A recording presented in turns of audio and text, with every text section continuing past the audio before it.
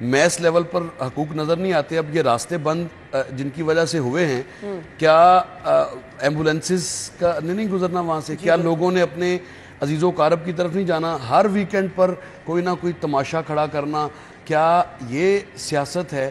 کیا اس طرح کی سیاست کے متحمل ہم ہو سکتے ہیں؟ اور پھر اپنے حقوق کی تو بڑی وائلیشن کی بات کرتے ہیں, لیکن دوسروں کے حقوق ہمیں نظر نہیں آتے.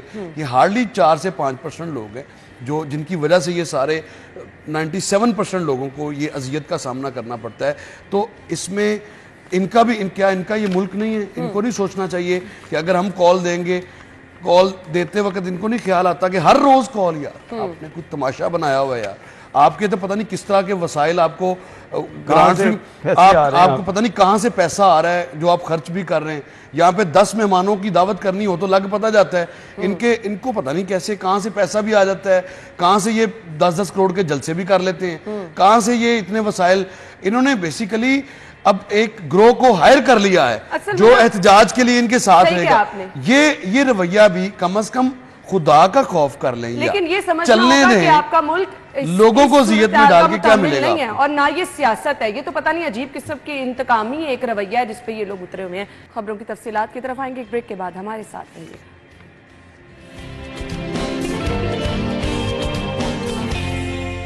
ایک بار پھر سے خوش آمدید کہیں گے. وزیر اعلیٰ کی زیر صدارت ہوا اجلاس. روڈا ایریا میں اراضی کی غیر قانونی خرید و فروخت روکنے کا حکم دیا گیا ہے اور ساتھ ہی ساتھ چین اور دیگر بین الاقوامی اداروں سے اشتراک کا فیصلہ بھی کیا گیا ہے. راؤ صاحب, اب بالکل روڈا کے حوالے سے آپ کو یہ بتائیں کہ اکتوبر 2020 میں یہ شروع ہوا پروجیکٹ, اور یہ واقعی پاکستان کی معیشت کے لیے, صوبے کی معیشت کے لیے ایک گیم چینجر پروجیکٹ ہے اور ایک نیا شہر ہے. یعنی اسلام آباد کی اگر بات کریں تو نواز شریف صاحب نے جا کے وزٹ کیا. ایگزیکٹلی نواز شریف صاحب نے وزٹ کیا. اس سے پہلے یہ بیسیکلی یہ 2014 سے شہباز شریف کی حکومت تھی, تو اس کو کرنے کے حوالے سے سب سے پہلی جو پریزنٹیشن ہوئی تھی لاہور کے حوالے سے وہ اسی پر تھی. اس وقت پرائم منسٹر تھے نواز شریف, اور اس وقت سے اس پر اس کی فیزیبلٹیز بھی بنی, مختلف اس کو اینگلز بھی بنائی. یہ 40 کلومیٹر کی ایک جھیل ہے, اور اس سے کنسٹرکشن سیکٹر ہے اس کی ترقی تو ہوگی ہی, لیکن جو آپ کے جھیل بننے سے زیر زمین واٹر لیول جو بتدریج کم ہوتا چلا جا رہا ہے, اس کی ترویج ہوگی, اور اس کے علاوہ اس کو مدد ملے گی. اور پھر آپ کے پاس بالکل, اور پھر یہ انٹرنیشنل سٹینڈرڈ کا, اس میں وزیر اعلیٰ پنجاب نے جو جنگلات کا ایریا ہے اس کو 20% کے بجائے 35% کرنے کا, یعنی انوائرمنٹ فرینڈلی. اور پھر دنیا میں اگر آپ دیکھیں جو بیجنگ کو دیکھیں, شنگھائی کو دیکھیں, لنڈن کا اگر آپ ٹیم ریور دیکھیں تو آپ کو ریور کے آس پاس ایک سیاحتی مقام وہ لگتا ہے. ریور کم, وہ سیاحتی مقام زیادہ ہے. لیکن یہاں اگر ہم اپنے دریائے راوی پر جاتے ہیں جس کی تاریخی حیثیت بھی ہے, اور یہاں پر جاتے ہیں تو دھول مٹی کے سوا کچھ نظر نہیں آتا. اب روڈا کا کام ہی یہ ہے کہ اس کو ڈیولپ کرنا ہے, اور یہ 46 کلومیٹر اس کی 1 کلومیٹر کی لینتھ ہے دونوں اطراف میں جو ہاؤسنگ سیکٹر, اور یہ تقریباً 25 لاکھ سے زائد. ابھی لاہور میں 15 سے 20 لاکھ گھر بنتے ہیں, لیکن یہ 25 لاکھ جو گھر ہیں وہ بن سکیں گے. پھر گرین ایریا ہوگا. روڈا نے اپنے ہی ایک, اور اس کی ضرورت اس لیے بھی زیادہ تھی, آپ شہر لاہور میں دیکھیں کہ کس طرح سے سیفائر بے اس کا ایک پروجیکٹ ہے جس کی ایگزیکیوشن کا سلسلہ جاری ہے. اس کے علاوہ 3 مقامات پر براجیز ہیں جس سے پانی کو آپ روک سکیں گے اور اس سے بجلی پیدا کر سکیں گے. یعنی یہ اس میں پوٹینشل تو بہت ہے. اب اس میں جو تاخیر ہو رہی ہے اس پر تھوڑا بیلٹس کو باندھنا ہوگا, اس پر کام زیادہ کرنے کی ضرورت ہے. اسی لیے تو فورس بنائی گئی سی ایم صاحبہ نے. ابھی فورس بنانے کی بات کی جا رہی ہے. پھر اس کے علاوہ بین الاقوامی کمپنیز کے ساتھ یہ سلسلہ شروع کیا گیا تھا, لیکن اس کے بعد یہ سلسلہ رک گیا.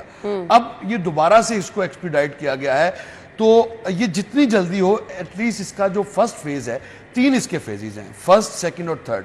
تیسرے فیزز میں اب نواز شریف صاحب نے ایک میٹنگ میں یہ بھی کہا ہے کہ اس میں اتنا بڑا آپ اگر نیا شہر بنا رہے ہیں تو اس میں ایئرپورٹ کہاں ہے, اس میں بھی ایئرپورٹ کو شامل کریں تاکہ ایک واقعی عالمی سطح کا ایک شہر جو ہے وہ بن سکے. ایک نقشہ دیکھا اس میں ہاسپٹل, یونیورسٹی, اسکول, سب چیزیں. اسپورٹ سٹی اس میں بہت بڑا ہے. اس کے کوئی 11 زونز ہیں جس میں مختلف کام ہیں.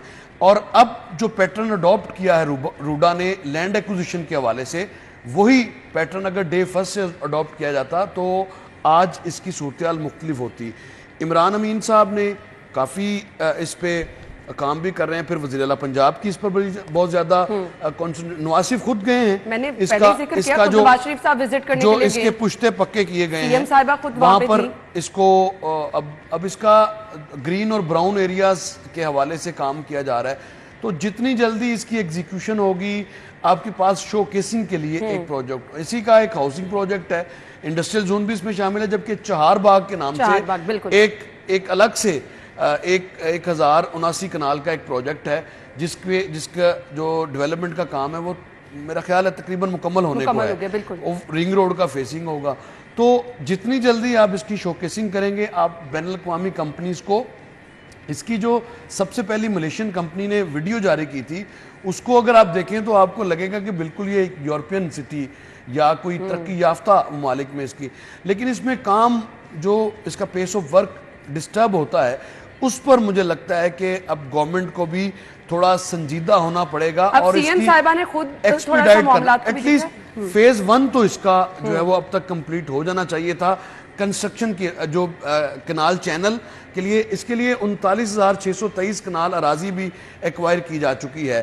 یہ مجموعی طور پر جو اس کا فیز 1 ہے وہ 44,000 ایکڑ پر مشتمل ہے، جس میں جنگلات ہیں، جس میں کینال چینل ہے، 1 کلومیٹر اس کی وڈتھ ہے، دونوں طرف میں شاہراہیں ہیں.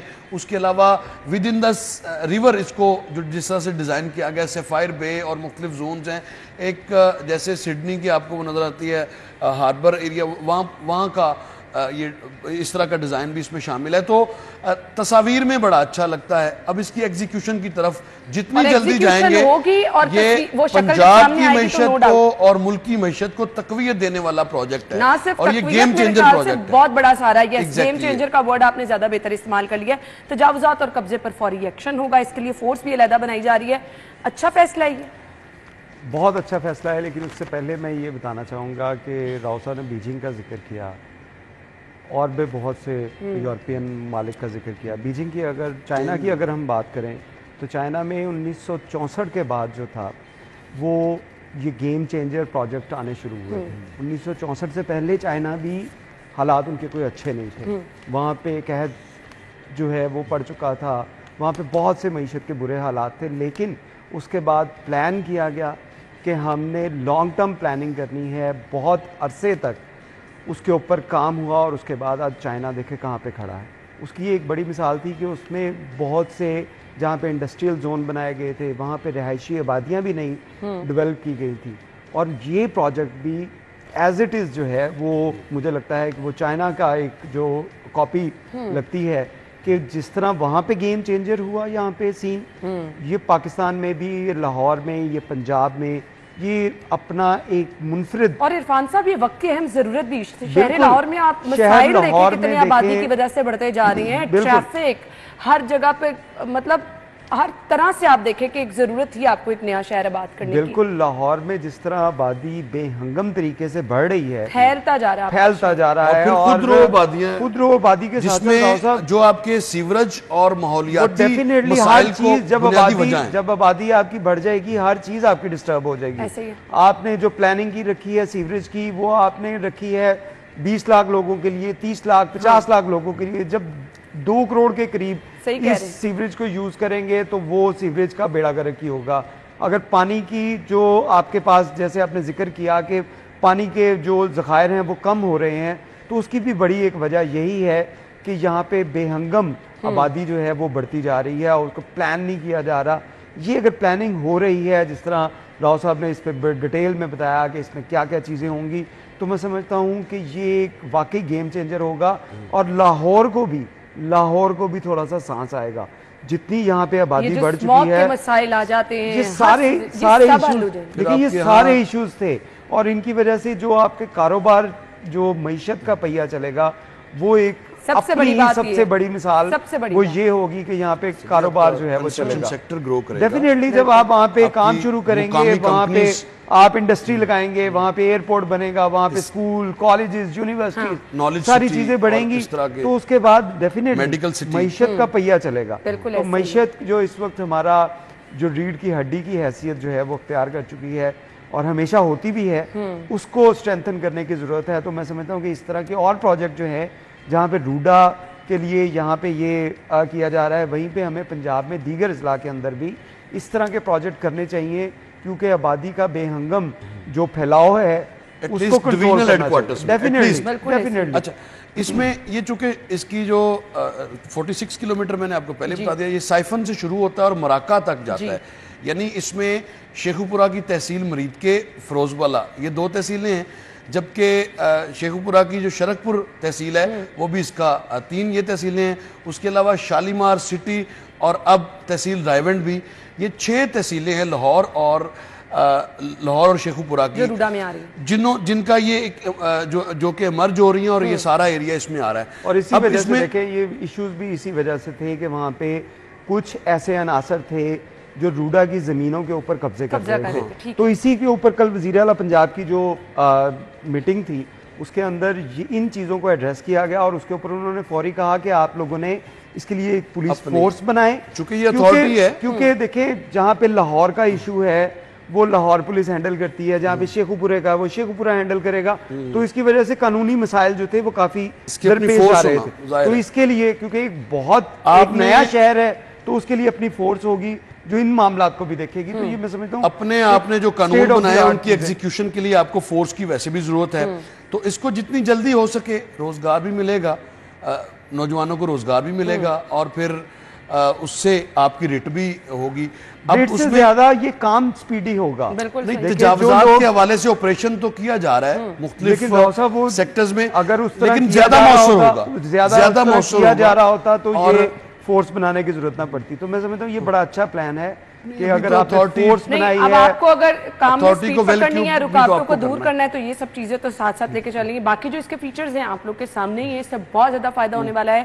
نئے شہر آباد ہونا وقت کی اہم ضرورت ہے. جس طرح شہر لاہور کے مسائل بڑھتے چلے جا رہے ہیں, ہر سیزن میں ایک نیا مسئلہ سر اٹھا لیتا ہے. تجاوزات اتنا بڑا مسئلہ ہے, آبادی بڑھ گئی ہے, ہوگی, ٹریفک ہے, بہت بڑا مسئلہ ہے, اسموگ بہت بڑا مسئلہ ہے. تو یہ تمام مسائل کو دیکھتے ہوئے سب سے بڑا ایشو زیر زمین پانی کی سطح جو آپ کے سامنے ہے کم ہوتی جا رہی ہے. تو ان مسائل سے اگر ہم نے اپنی آنے والی نسلوں کو محفوظ رکھنا ہے تو نئے شہر کی آبادیاں آباد کرنا وقت کی اہم ضرورت ہے. تو اس کے لیے ہمیں اس طرح کے پروجیکٹس کو سراہنا چاہیے. ابھی ہم چلیں گے ایک بریک کی طرف, بریک کے بعد آئیں گے. اسٹے ود اس.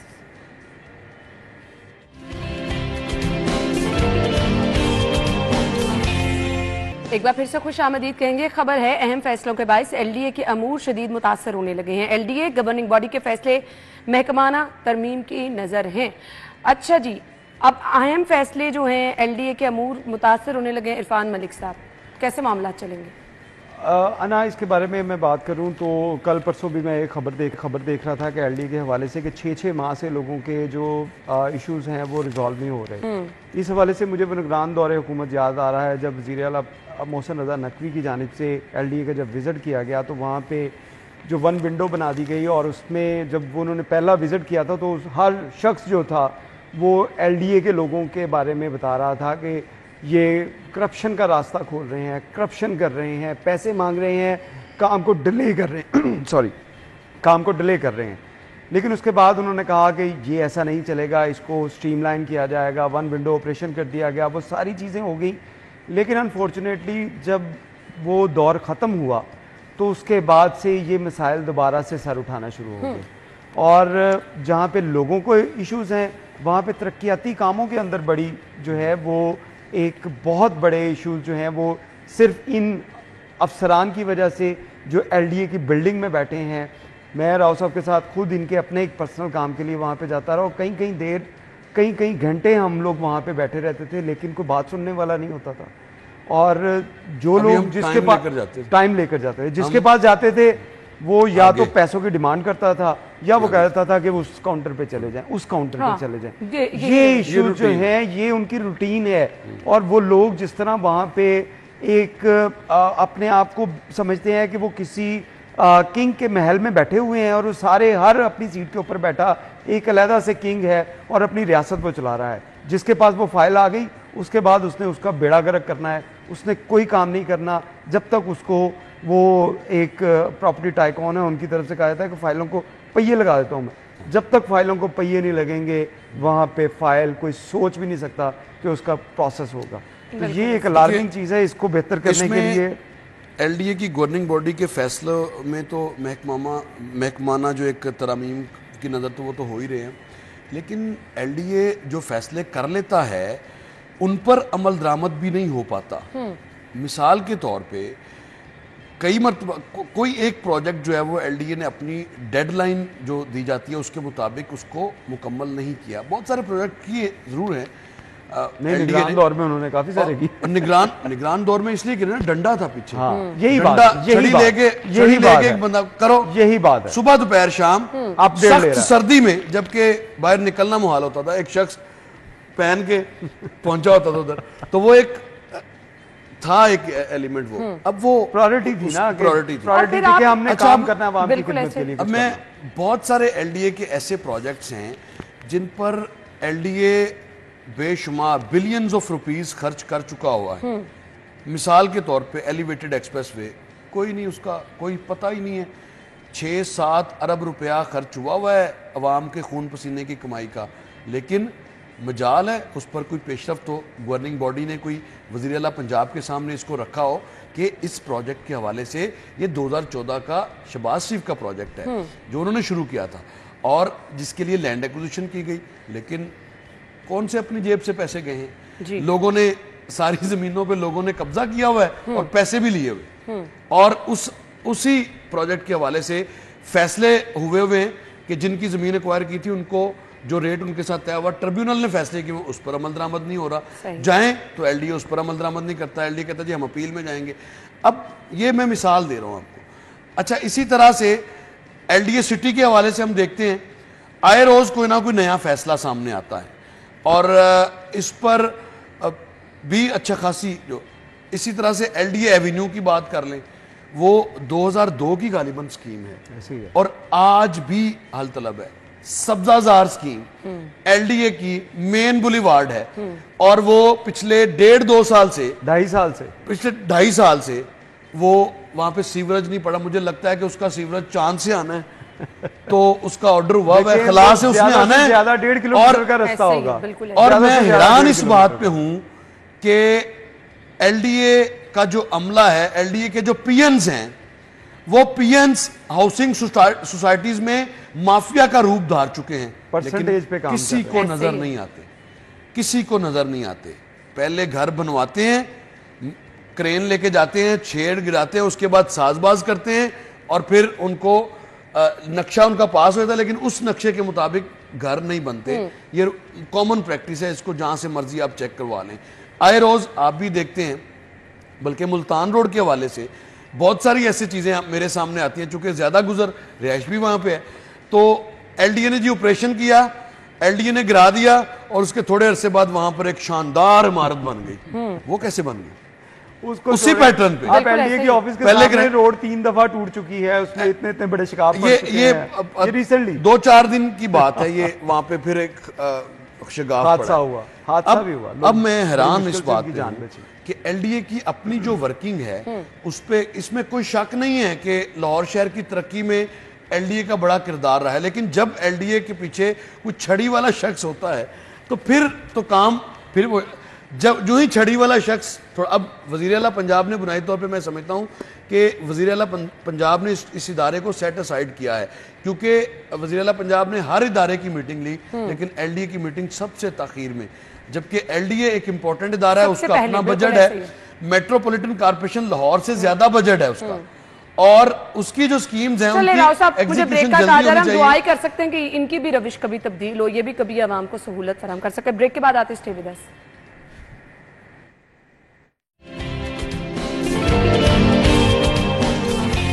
ہمت کارڈ کتنی ہمت دے گا؟ 65,000 سے اس کی تعداد بڑھائی جائے گی. وزیر اعلیٰ نے اسپیشل افراد کے لیے ہمت کارڈ لانچ کر دیا. ہمت دے گا یہ کارڈ راؤ دلشاد حسین صاحب؟ دیکھیے, اللہ کرے کہ یہ ہمت دے, ہوپ فار دا بیسٹ. اس میں نہ تو میں کوئی نیت پہ شک کر رہا ہوں چیف منسٹر کی, لیکن سوال بہت بڑا ہے, کیا نابینا افراد کو ہمت بائی گاڈ میرے ذہن میں یہی سوال تھا کہ یہ اسپیشل افراد نہیں ہے, میں اسی طرف آنے والی. نابینا افراد کی جو ان کو کسی ہمت کی ضرورت نہیں ہے, ان کو وہ ہمت پڑھے لکھے نابینا افراد ہیں, اور ان میں سے بہت سارے لوگ پی ایچ ڈیز ہیں, میں وہی کہہ رہی ہوں, پڑھے لکھے بہت سارے نابینا لوگ افراد. ماسٹرز ڈگری ہولڈر ہیں. تعلیم کا خیر اس میں آپ کر لیں. اب تو ججز بھی آپ کے نابینا آنا شروع ہوئے اب کمپٹیشن کا امتحان پاس کر کے. ہمت کارڈ بلا شبہ بہت اچھی چیز ہے, اس کی جو تعداد ہے آپ اس کو 65,000 تک بڑھا رہے ہیں, بالکل 1,65,000 ہونی چاہیے. ریاست کی اور حکومت کی یہ ذمہ داری ہے کہ اپنے نادار افراد کو گلے سے لگائے. بے شک. مگر اب مجھے حیرانی اس بات پہ ہوتی ہے کہ نادار افراد نظر آ رہے ہیں, کیا نابینا افراد نادار نہیں ہیں؟ کیا جو ان پر ہر روز کیا ان کو بلا کے وزیر اعلیٰ پنجاب بات نہیں کر سکتی ان کے ساتھ؟ صوبائی وزیر ان کو رام نہیں کر سکے, کل کی خبر ہے. مال روڈ پر وہ کتنے دنوں سے بیٹھے ہیں, ان کا کیا مطالبہ ہوگا؟ کون سے ایسے انہوں نے مطالبے کر دیے کہ تارے توڑ کے لانے کو وہ حکومت کو کہہ رہے ہیں کہ ہمارے لیے تارے توڑ کے لائیں؟ ایسی تو بات ہی نہیں ہے. نوکریوں کی بات ہے, اگر یہ ان کی تعداد بہت زیادہ ہے ہی نہیں, وہ کہتے ہیں ہمارا کوٹا مختص ہے, اس پہ بس عمل کریں. یہ چند سو افراد ہے جن کو آپ ان کے اضلاع کے لیول پر ڈپٹی کمشنرز کو کہیں کہ ڈپٹی کمشنرز ان کو ایڈجسٹ کر سکتا ہے, ان کو گھر بیٹھے سٹیپنڈ بھی دیا جا سکتا ہے. یہ تعداد بھی بہت زیادہ نہیں ہے, اس کی احتجاج کی نوبت بھی نہ آئے. اب مجھے نہیں پتا کہ 8 کلب کے باہر بیٹھے ہوں یا چیرنگ کراس پر بیٹھے ہوں تو ان کی آواز وزیر اعلیٰ پنجاب کے کانوں تک کیوں نہیں جا رہی؟ اتنے دنوں سے بیٹھے ہیں, کیا ان کو کسی ہمت کی ضرورت نہیں ہے؟ کیا ان کے لیے حکومت کی پالیسی کچھ اور ہے اور اپاہج لوگوں کے لیے اور ہے؟ ایسے نہ کریں. جن کی آنکھیں نہیں ہیں ان کے لیے کچھ بھی نہیں ہے. بالکل. دنیا کی رانائیاں ان کے لیے نہیں ہیں. ان میں سے دیکھیے بہت زیادہ حافظ قرآن ہیں, ان کو آپ اس طرح بھی کر سکتے ہیں کہ ان کو آپ سرکاری جو ادارے ہیں ان کی مساجد میں آپ درس و تدریس کے لیے ہائر کر سکتے ہیں. کیا فرق پڑے گا اس سے اگر ریاست یا حکومت؟ چلیں راؤ صاحب, یہ تو آپ نے تھوڑا سا ہمدردی کا احساس کر دی.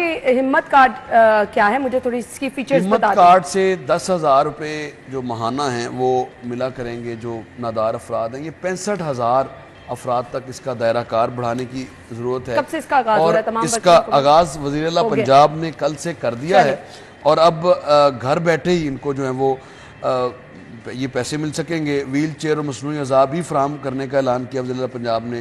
اسپیشل افراد کے لیے جو گیجٹس ہیں, جو ڈمپ اینڈ ڈف لوگوں کے لیے, وہ گیجٹس بھی اسی کارڈ کا, ہمت کارڈ کا حصہ ہوں گے.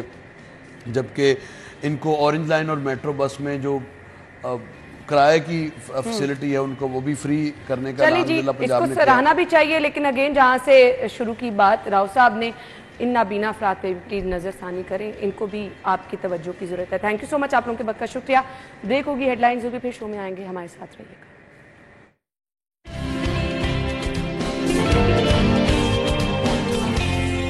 Welcome back once again. جمعے کا مبارک دن ہے. کچھ چیزیں, کچھ سوالات جو ہر کسی کے ذہن میں ہوتے ہیں, جو ہر کوئی جاننا چاہتا ہے. بہت سارے لوگ چاہتے ہیں کہ اس میں ماہرین کی رائے لیں, مذہبی اسکالرز کی رائے لیں.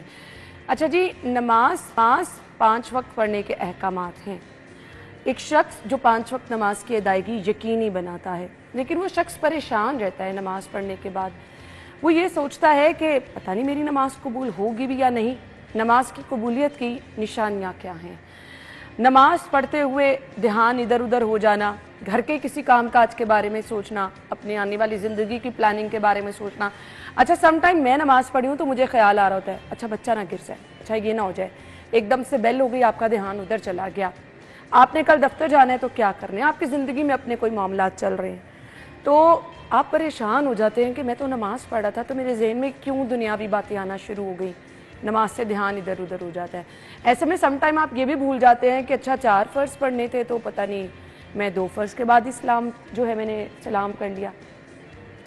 اب یہ بہت سارے سوالات ہیں جو آپ کو اکثر پریشان کر دیتے ہیں, اور آپ پریشان ہو جاتے ہیں پتہ نہیں ہماری نماز قبول ہوئی بھی ہے یا نہیں قبول ہوئی.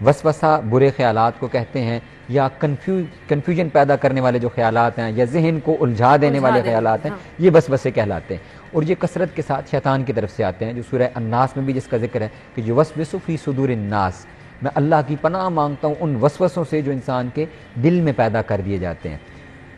تو یہ ان کا پیدا ہونا یہ فطری عمل ہے، یعنی نیچرل عمل ہے، اور پھر یہ شیطان کا بہت بڑا ہتھیار ہے کہ وہ انسان کو کنفیوز کرنے کے لیے، اس کو الجھانے کے لیے یہ ہتھیار استعمال کرتا ہے۔ آقا علیہ السلام کی بارگاہ میں صحابہ نے عرض کیا کہ یا رسول اللہ صلی اللہ علیہ وسلم، ہمارے ساتھ یہ معاملہ پیش آتا ہے کہ جب ہم نماز میں کھڑے ہوتے ہیں، حضرت عثمان رضی اللہ تعالیٰ عنہ سے بھی روایت مشہور ہے، حضرت صحیح مسلم کی روایت ہے، وہ فرماتے ہیں کہ میں جب نماز میں کھڑا ہوتا ہوں تو شیطان میری نماز اور قرات کے درمیان مجھے خلط ملط کر دیتا ہے، مجھے الجھا دیتا ہے۔ تو آقا علیہ السلام نے ارشاد فرمایا کہ ایک شیطان ہے، اس کا نام خنزب ہے، اس کو اسی کام کے لیے رکھا گیا ہے کہ جب کوئی شخص نماز کے لیے کھڑا ہو تو اس کو وسوسوں میں الجھا دے۔ حضور نے فرمایا کہ اس وقت انسان کو چاہیے کہ وہ تعوذ پڑھے 3 مرتبہ اور اپنی بائیں طرف وہ تھوک دے۔ اب تھوکنے کا مطلب یہ نہیں کہ وہ باقاعدہ تھوکنا شروع کر دے، پولائٹلی ایک سلائٹلی سے ایک جو عمل جو ہے تھوکنے کا وہ اپنی بائیں طرف کرے اشارتاً کہ جیسے اس نے تھوک دیا ہے، تو اس سے اس کو افاقہ ہوگا۔ دوسری چیز یہ ہے کہ ہم کیونکہ رٹی رٹائی نماز ایک ہم نے حفظ کی ہوئی ہوتی ہے اور ہم اس کو جلدی جلدی ہماری زبان کے اوپر وہ چڑھی ہوئی ہوتی ہے اور ہم اس کو پڑھ رہے ہوتے ہیں، ہم نماز میں دھیان نہیں دے رہے ہوتے کہ اس کے کلمات کیا ہیں۔ اب آقا علیہ السلام کے حدیث مبارکہ ہے کہ اگر کوئی شخص وہ اچھی طرح وضو کرے تو وضو کرتے ہوئے معاملات یہ ہیں کہ فرمایا کہ اس کے ہر عضو کے گناہ جھڑتے چلے جاتے ہیں، ہر عضو کے، اور جب وہ اچھی طرح وضو کرنے کے بعد اور نیکی کی نیت کے ساتھ وضو کرتا ہے تو اس پر اجر بھی ملتا ہے اور اس کے گناہ جھڑتے ہیں۔ اب جب وہ خشوع و خضوع کے ساتھ نماز میں دھیان لگا کر کھڑا ہوتا ہے تو فرمایا کہ پھر اس کا اجر یہ ہے کہ وہ گویا ایسے ہے جیسے اس کی ماں نے اس کو ابھی پیدا کیا ہے، پوری توجہ کے ساتھ۔ اور پھر فرمایا کہ جس نے اللہ کی اس طرح حمد و ثنا کی جس کے وہ لائق ہے۔ تو نماز میں تو ساری تسبیح ہی ہے، لیکن ہمارا ایشو یہ ہے کہ ہم اس تسبیح کی طرف دھیان نہیں دے رہے ہوتے۔ ہم سلیکٹڈ آیات اگر ہم رکھیں کہ ذہن میں کہ جن کے معنی و مفہوم کو ہمیں علم ہو، ہم نے صرف سورہ اخلاص یاد کی ہے، اسی کو بار بار پڑھے جانا ہے، تو دھیان وہ انکانشیسلی ہمارا دماغ اس کو اور زبان اس کو پڑھ رہی ہوتی ہے۔ یہاں پہ میں ایک اور چیز عرض کرنا چاہوں گا، بہت سے لوگ وہ خیال میں نماز پڑھ رہے ہوتے ہیں، یعنی وہ زبان سے وہ لفظ ادا نہیں کر رہے ہوتے، وہ صرف ذہنی طور پر یہ دیکھ رہے ہوتے ہیں کہ ان کا ذہن وہ لفظ پڑھ رہا ہے، وہ باقاعدہ زبان سے وہ الفاظ نہیں پڑھ رہے ہوتے۔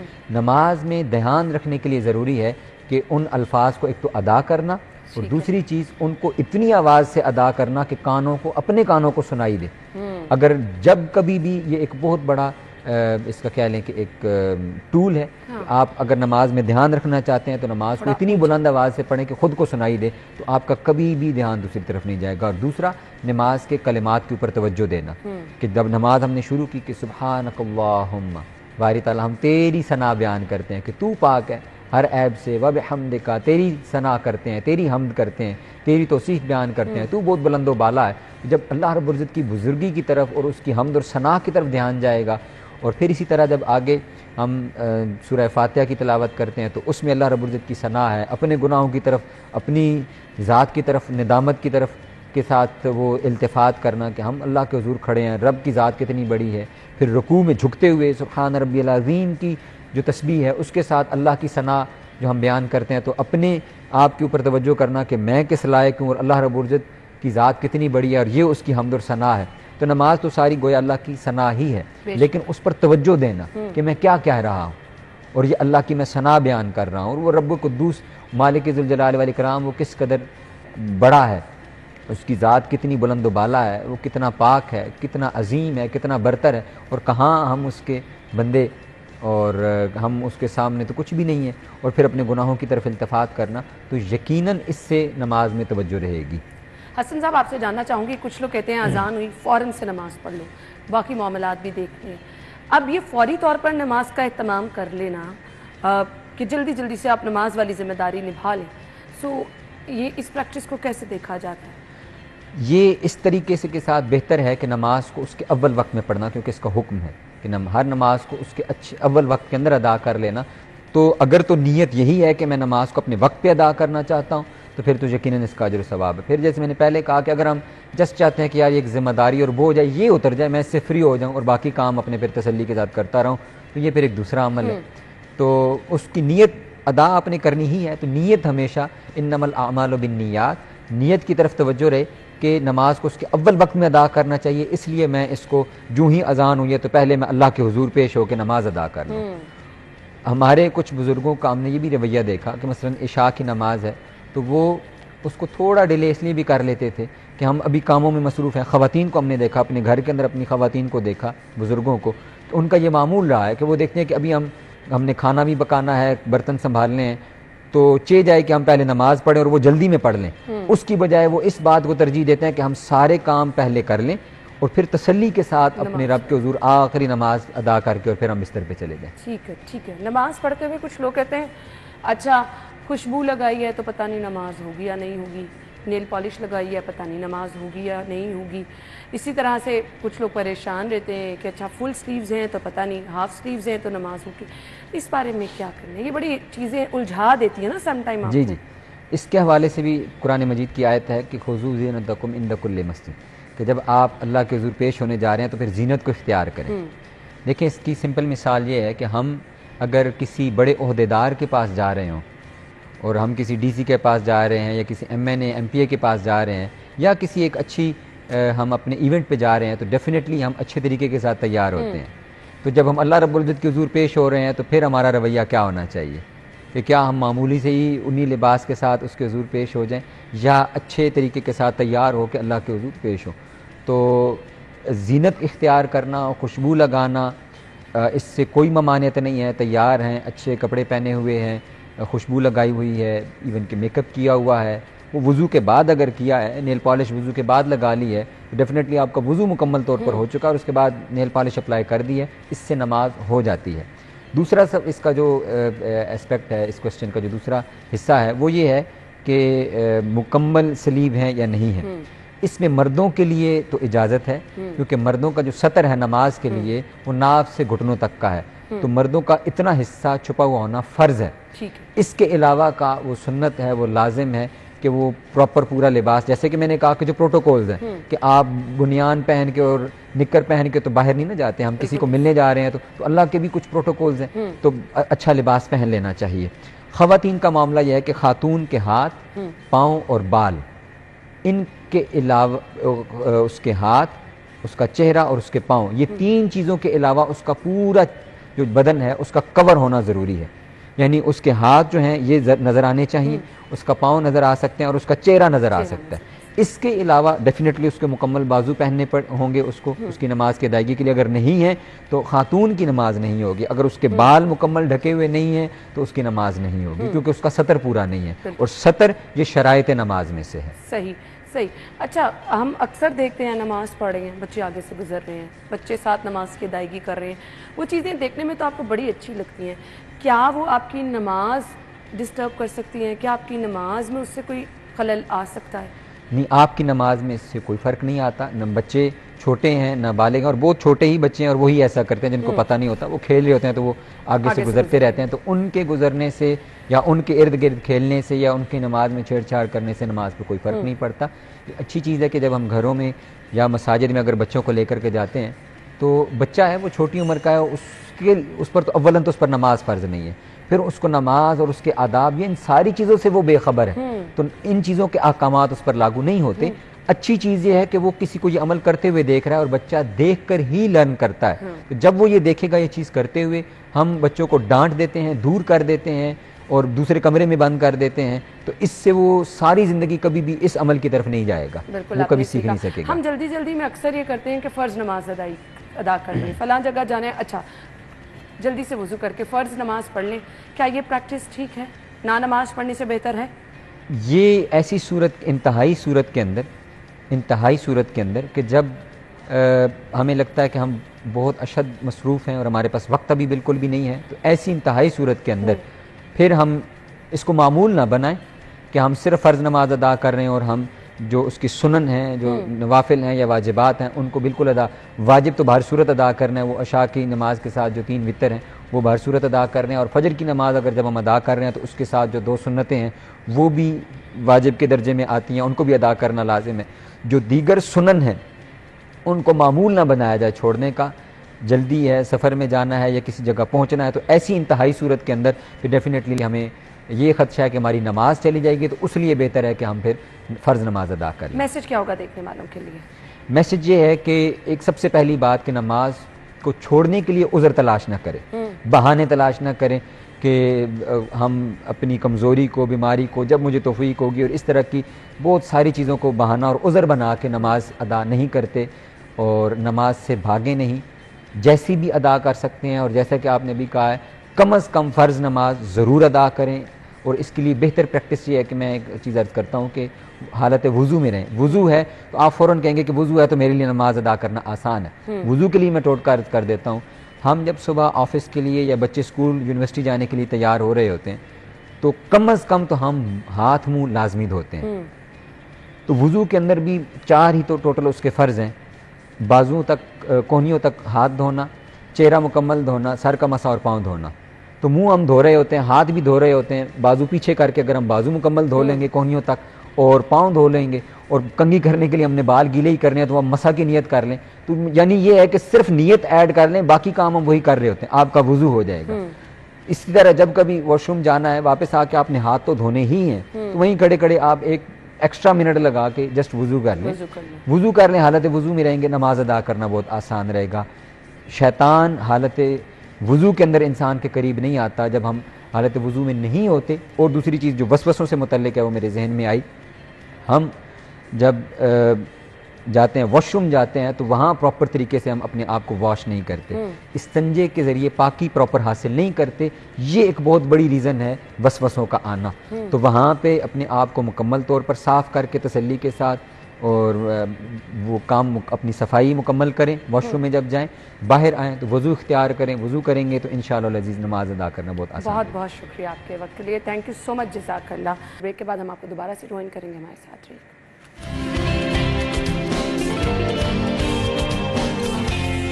Welcome back once again.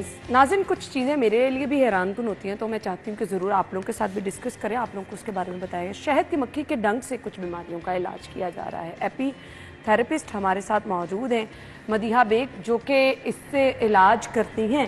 سو یہ تھراپی ہے کیا اور اس سے علاج ممکن کیسے ہوتا ہے؟ کون کون سی ایسی بیماریاں ہیں جن کا علاج اس سے کیا جاتا ہے؟ شہد کی مکھی تو اگر کاٹ جائے تو وہ درد بھی بڑا کرتی ہے, ڈنک اگر کبھی لگ جائے نا تو اس سے سویلنگ بھی ہو جاتی ہے. تو اس سے علاج کیسے ممکن ہو سکتا ہے, یہ ہم اپنی مہمان سے جان لیں گے. مدیحہ بیگ کو ویلکم کہیں گے. السلام علیکم. جی وعلیکم السلام, ہاؤ آر یو؟ بہت بہت شکریہ آپ کے وقت کے لیے. ایک دفعہ مجھے شہد کی مکھی کاٹ دی تھی, جی جی, وہ پوری باڈی پہ سویلنگ بھی ہو گئی تھی اور تکلیف بہت زیادہ تھی. سو ایسے میں آپ نے کیسے علاج کی ٹرم متعارف کرا دی؟ میں تو بڑی پریشان ہوں. تو جب ہمیں وائلڈ میں بی کاٹتی ہے تو ہم کو خود پتہ نہیں ہوتا کہ اس کا سٹنگر کیسے نکالنا ہوتا ہے. تو ہم یوزلی کیا ہوتا ہے کہ سٹنگر نکالتے وقت اس کو زیادہ دبا دیتے ہیں تو وینم زیادہ جاتا ہے, تو وہ سویلنگ اور ایچنگ وہ زیادہ ہوتی ہے.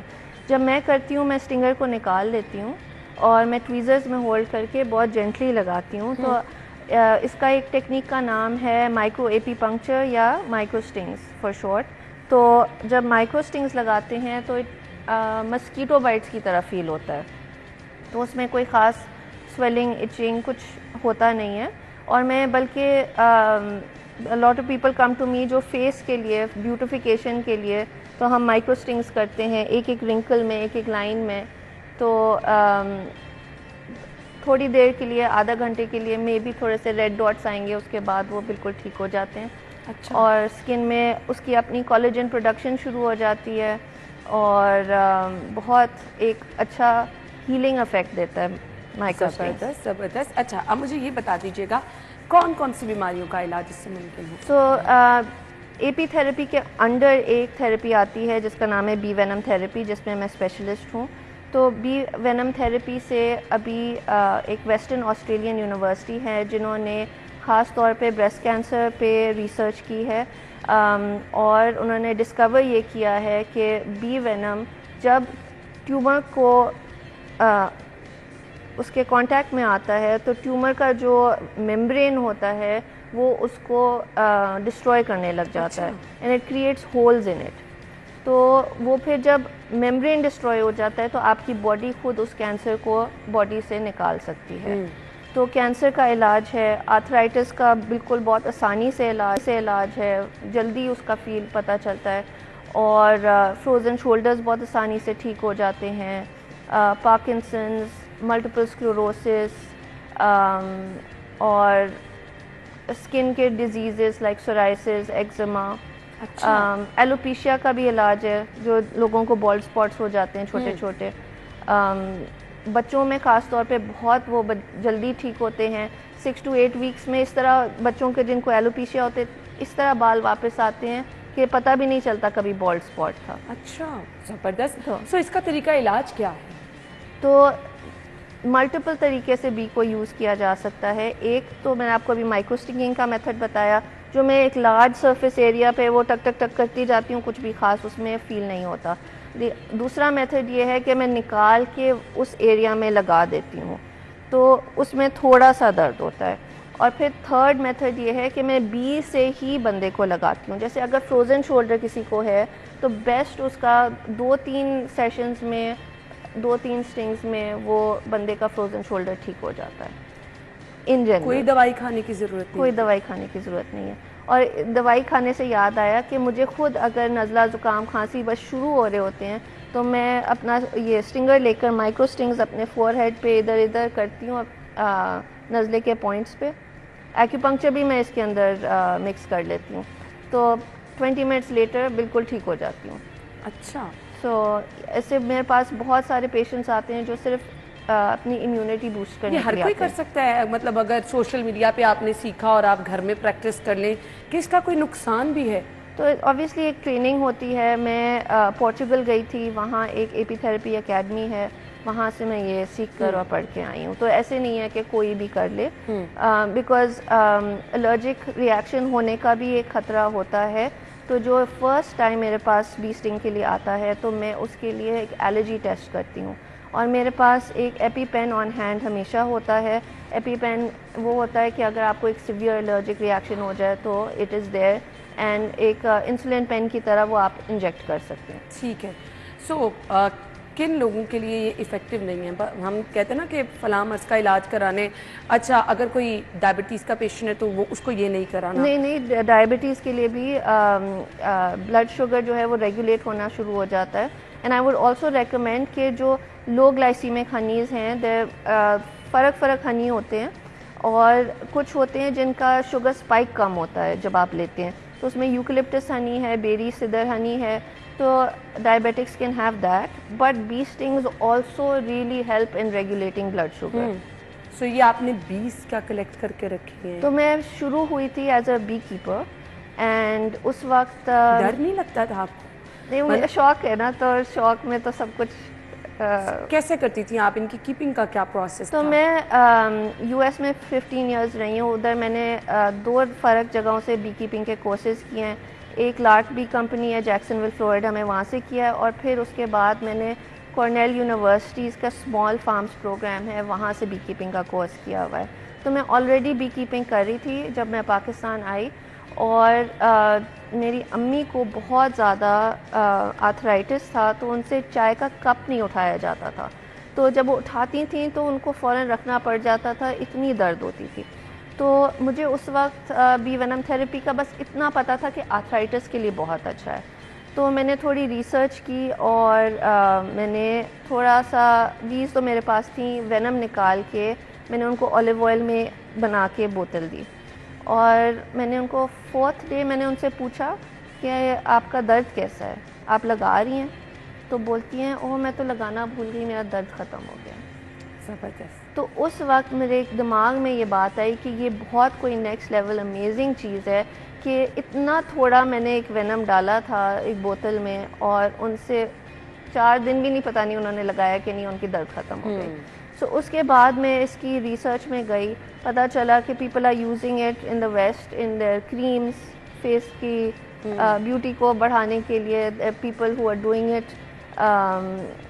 آج کل تو لوگوں کا بڑا کنسرن رہتا ہے اسکن اچھی رہے. ہاں, so it's kind of even better than Botox. تو بوٹاکس میں ہوتا ہے کہ آپ بوٹاکس کرواتے ہیں تو آپ کی پلمپنگ ہو جاتی ہے اور آپ تھوڑا بہتر لگنے لگ جاتے ہیں, پھر ایونچولی وہ پھر ڈاؤن فال آ جاتی ہے, and you have to get Botox again.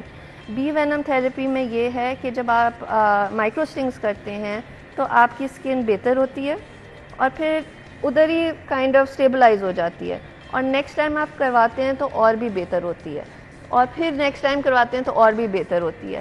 تو I have people who come to me every month. 3 sessions کے بعد تو ایوری بڈی از آسکنگ کہ آپ نے کروایا کیا. ریئلی سرپرائز کہ اس طرح سے بھی علاج کیا جاتا ہے, کیونکہ یہ اپنی نوعیت کا واقعی انوکھا سا طریقہ ہے.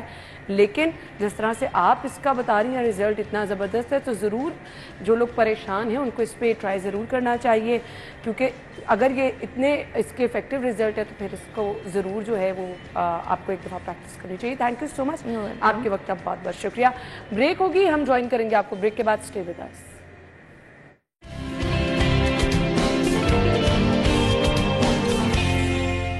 Welcome back. سیگمنٹس کا سلسلہ شروع کریں گے اور شامل کریں گے آج کے بھاؤ.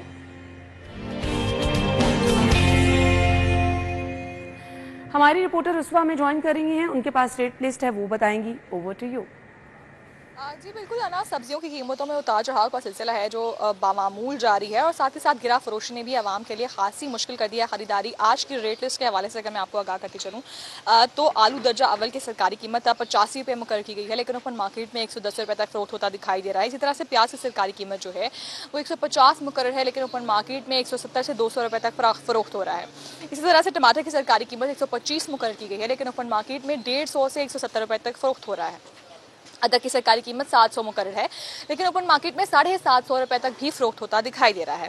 لہسن کی سرکاری قیمت 390 روپے مقرر کی گئی ہے, لیکن اوپن مارکیٹ میں 420 سے لے کر 450 روپے تک فروخت ہو رہا ہے. مٹر کی سرکاری قیمت جو ہے وہ 310 روپے مقرر ہے, لیکن اوپن مارکیٹ میں 350 روپے تک بھی فروخت کیا جا رہا ہے. اسی طرح سے بینگن کی سرکاری قیمت جو ہے وہ 70 روپے مقرر ہے, اوپن مارکیٹ میں 90 روپے سے 110 روپے تک فروخت ہوتا دکھائی دے رہا ہے. اسی طرح سے اگر ہم بات کر لیں سبز مرچ کی تو 170 روپے سرکاری نرخ ہے اس کا, لیکن اوپن مارکیٹ میں 200 روپے تک فروخت کیا جا رہا ہے. شہریوں کی جانب سے جو ہے یہ مطالبہ روز کی بنا پر کیا جاتا ہے پرائس مجسٹریٹ کی طرف کہ جو سرکاری نرخ ہیں ان کو لاگو کروایا جائے, اور جو گرا فروشی ہے اس کی روک تھام کے لیے اقدام کیے جائیں تاکہ خریداری جو ہے وہ عوام کے لیے آسان ہو سکے, چونکہ سبزی اور مسالہ جات جو ہے وہ روزمرہ کی زندگی کا ایک جو ہے وہ اہم حصہ ہیں. خاص طور پہ زمین کو مہنگا کر کے بیچا جاتا ہے 20-30 روپے ہر مارکیٹ میں, تو عوام کے خریداری خاصی مشکل ہو جاتی ہے. عوام کی جانب سے مطالبہ کیا جاتا ہے کہ تمام مارکیٹس میں ایک ہی ریٹ میں سبزیاں مہیا کیا جائیں تاکہ خریداری جو ہے وہ آسان ہو. جی بہت بہت شکریہ, آپ نے ہمیں سبھی ریٹ بتایا. سو ناظرین, ہمیں آپ اپنا فیڈ بیک دیتے رہیں, اور اس کے ساتھ ساتھ اگر آپ شامل کرنا چاہتے ہیں کوئی بھی ایسی اہم چیز جو آپ کو لگتا ہے کہ پروگرام کا حصہ ہونی چاہیے, آپ اپنی سجیشن ضرور دیں, اپنا فیڈ بیک ضرور دیں. ہمارا فیس بک اور انسٹاگرام پیج ہے. اس کے ساتھ ساتھ اگر آپ کی ہے کل سالگرہ تو آپ نے کیا کرنا ہے جی, اپنے پکچرز اور اپنا نام واٹس ایپ نمبر دکھا دیں جی اسکرین پر, آپ اس نمبر پر ہمیں واٹس ایپ کیجئے, اپنی سالگرہ کو بھی اسپیشل بنائیں, پروگرام کا حصہ بن جائیں. اگر آپ نے کوئی ٹیلنٹ ہے تو وہ بھی ضرور شیئر کیجئے, ہم آپ کو اپنے پروگرام میں مدعو کریں گے اور آپ کا ٹیلنٹ پوری دنیا تک دکھائیں گے. آپ اپنا خیال رکھیے گا, ہماری اور آپ کی ملاقات ہوگی کل سیم ٹائم پر. تب تک کے لیے اجازت دیجئے, اللہ حافظ.